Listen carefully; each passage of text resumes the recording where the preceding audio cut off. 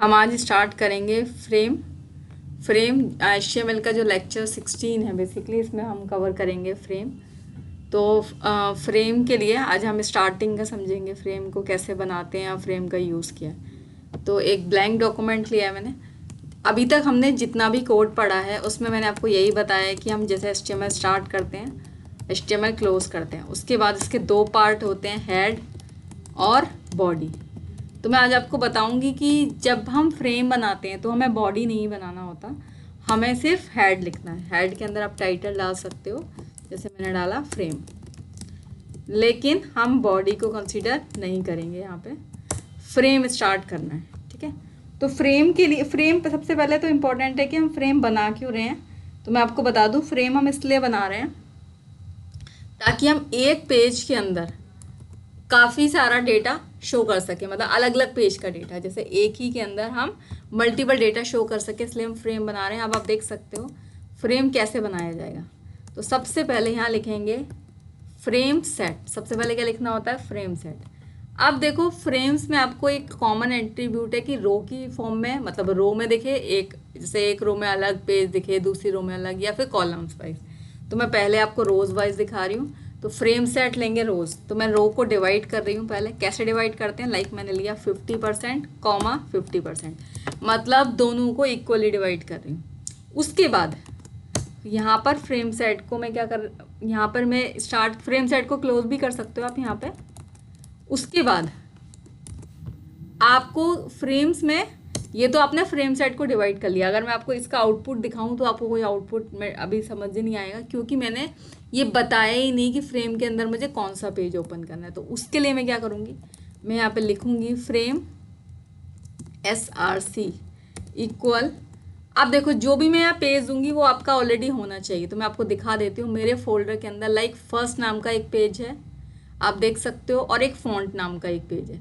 तो देखो फर्स्ट नाम का पेज ये रहा, और मैं आपको दिखा देती हूँ फॉन्ट नाम का पेज ये रहा, ठीक है। तो इसका मतलब वो पेज ऑलरेडी एग्जिस्ट करना चाहिए जिसका मैं लिंक दे रही हूँ। तो ये आपको दो दिख रहे हैं पेज, तो मैं इन्हीं दोनों का लिंक प्रोवाइड करूँगी इसके अंदर। तो सबसे पहले अगर देखो मैं इसको नहीं भी बनाती ना फ्रेम SRC को, और आपको सेव कर रही हूँ, ये मैं करती हूँ FR1 के नाम से .html, क्या FR1.html, यहाँ पे करती हूँ ऑल फाइल्स। अभी मैंने फ्रेम सेट बनाया है बट कोई लिंक नहीं दिया, तो मैं आपको बता दूँ कि कुछ भी नहीं आएगा। FR, ये रहा FR1, क्या कोई आउटपुट आ रहा? नहीं आ रहा। क्यों नहीं आ रहा वो बता देती हूँ। यहाँ पे आपको फ्रेम का नेम देना पड़ेगा। कैसे दोगे फ्रेम का नेम? फ्रेम, आप चाहे कैप्स में लिखो, स्मॉल में, तो आपको पता ही है, कैसी में भी लिख सकते हैं। SRC मतलब सोर्स कोड। तो मैंने अभी आपको दो पेज जो ओपन करके दिखाए थे, first.html, पहले मैं पहले पेज का लिंक दे रही हूँ, अगेन मैं सेकंड पेज का लिंक दे देती हूँ। उसके लिए भी मुझे सेम स्टार्ट करना होगा, frame SRC equals to font, ये मेरे पेज का नाम है, हो सकता है आपके पेज अलग नेम से हो, तो आपको ध्यान रखना है ये लिंक वही पेज का बनाना है जो ऑलरेडी पेज एग्जिस्ट करता है। इनकी मेरे फ्रेम सेट को मैंने 2 सेक्शंस में डिवाइड किया। फर्स्ट वन first.html, दूसरा font.html, 50% 50%। अब आप देख सकते हो यहाँ पे अभी कुछ भी नहीं आ रहा। अब मैं इसको रन करा रही हूँ तो देख सकते हो ये दो पेज आ गए, और वो दो पेज क्या है? पहला पेज ये वाला है कंप्यूटर जिस पे लिखा हुआ है, दूसरा पेज ये है जिस पे इतना सब लिखा हुआ है। फ्रेम में मैंने यही दोनों पेज लिए, तो देख सकते हो पहले वाले फ्रेम में पहला वाले पेज का आ रहा है, दूसरे वाले पेज में दूसरे वाले फ्रेम का आ रहा है। तो इस तरीके से हम फ्रेम को क्या कर सकते हैं? डिवाइड कर सकते हैं, और एक प्लेस पे हम अलग अलग पेजेस को ओपन कर सकते हैं। अब आप देख सकते हो मैंने ये तो इक्वली लिया था, 50% और 50%, तो इक्वली डिवाइड है। अब मैं इसको और कैसे ले सकती हूँ? एक तो रो की बात हो गई, ठीक है। अब मैं बात करती हूँ कॉलम्स की, तो क्या होगा? कॉलम्स में आ जाएगा। रोज की बात थी, अब बात करते हैं कॉलम्स की। तो देख सकते हो, अब मैं इसको रिफ्रेश करा रही हूँ, तो देख सकते हो ये कॉलम्स में डिवाइड हो गया पेज। अभी रो की फॉर्म में आ रहा था, अब किस में डिवाइड हो गया?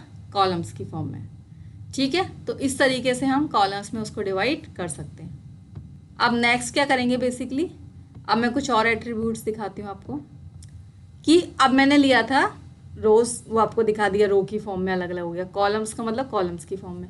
अब मैं अगेन रोज पे आ जाती हूँ, ठीक है। फिर कुछ चीज़ें समझाऊंगी, कॉलम्स में भी हालांकि हम समझा सकते हैं, नो इशू। अब मैं वापस से रो पे आ गई, रो में डिवाइड कर लिया। अब मैं क्या चाहती हूँ कि 50% है तो मैं इसको 60% कर दूँ, तो क्या डिफरेंस आएगा? परसेंटेज में कुछ नहीं आएगा, पहला पेज 60% हो जाएगा, दूसरा 40। तो देख सकते हो पहला थोड़ा सा बड़ा हो गया, दूसरा छोटा सा छोटा। अब अगेन हम क्या करेंगे, इसको हमने 60 और 40 ले लिया एग्जैक्टली के लिए। आप ऐसा भी कर सकते हो, इसको 30 ले लो और इसको 70। अब आप देख सकते हो डिफरेंस बहुत आसानी से इस तरीके से हम ले सकते हैं। तो ये 70% हो गया, ये 30% हो गया। और क्या चेंजेस कर सकते हो, जैसे पहला तो आपने परसेंटेज में दे दिया, अब आपको इसी को 3 पेज में डिवाइड करना था, तो जैसे लाइक आपने पहला दे दिया 30, दूसरा दे दिया 40 या सपोज 50। अब बाकी का कैसे आएगा, तो कॉमा लगा के क्या लगा दोगे, एस्ट्रिक। यहाँ पे आपको तीसरा पेज खोलना पड़ेगा, मैं लिख दे रही हूँ frame SRC equal table 1.html। 2 minute रुको। हाँ, तो इस तरीके से आप देख सकते हो कि हमने क्या किया, 30%, 50% और क्या लगा दिया, एस्ट्रिक लगाने से क्या हुआ, बचा हुआ जो पार्ट है वो ऑटोमेटिकली कितना ले लेगा, 20%। ठीक है, अब आप इसको देख सकते हो आउटपुट में। अगर मैं इसको आपको आउटपुट में दिखाऊं तो देखो पहला हो गया 30, फिर जो भी मैंने 40 दिया था, रिमेनिंग एस्ट्रिक लगा दिया, मतलब स्टार। तो स्टार का मतलब क्या होता है, वो ऑटोमेटिकली परसेंटेज ले लेता है। मान लो आपने ऐसे लिया होता 33, 43, तो वो बचा हुआ जितना भी है 100% खुद ही कंसीडर कर देगा। तो आप इस तरीके से एस्ट्रिक लगा सकते हो। उसके अलावा एक और तरीका होता है आपको देने का, कि आप क्या कर सकते हो, मैं इसको डिलीट कर रही हूँ। लाइक आपने लिया 200 पिक्सल कॉमा एस्ट्रिक दे दिया। अब देखो इस केस में क्या करेगा, अच्छा यहाँ पे तो 3 फ्रेम है, तो मैं क्या कर देती हूँ 200 तीसरा एस्ट्रिक दे देती हूँ। ठीक है, आप जितने भी सेक्शंस में उसको डिवाइड करोगे, एक सेकंड, जितने भी सेक्शंस में आप उसको डिवाइड करोगे देन क्या होगा, वो उतने पिक्सल ले लेगा। अब इसका आउटपुट हम एक बार देखें तो देख सकते हो पिक्सल लिया है, पिक्सल में मैंने क्या किया 200 पिक्सल, 200 देन बचा हुआ रेस्ट। तो आप देख सकते हो आउटपुट लगभग 200 ये ऐसा लग रहा है 300 का हुआ है, एक अप्रॉक्सीमेटली बता रही हूँ। तो आप इस तरीके से ले सकते हो 200 पिक्सल यहाँ पे हो गया एस्ट्रिक। तो आप इसको क्या कर सकते हो अपने अकॉर्डिंग, मैं एक और फिगर लेके दिखा देती हूँ 150, ये थोड़ा सा कम रहेगा, पिक्सल में भी ले सकते हो 150। तो अब देखना तीसरा वाला थोड़ा सा और बड़ा हो जाएगा। तो इस तरीके से क्या होता है आप ले सकते हो, यानी कि फ्रेम्स को आप कैसे डिवाइड कर सकते हैं, रोज की टर्म में डिवाइड कर सकते हैं, कॉलम्स की टर्म में डिवाइड कर सकते हैं, और उसके अलावा उसमें परसेंटेज ले सकते हो और पिक्सल्स में ले सकते हो या फिर एस्ट्रिक में ले सकते हो। तो इस तरीके से आप फ्रेम सेट को डिवाइड कर सकते हो। तो आई थिंक इतना क्लियर हो गया, आपको एक बेसिक फ्रेम बनाना आ गया, ये एक हम फ्रेम को कैसे बनाएंगे और एक पेज पे उसको कैसे शो करेंगे।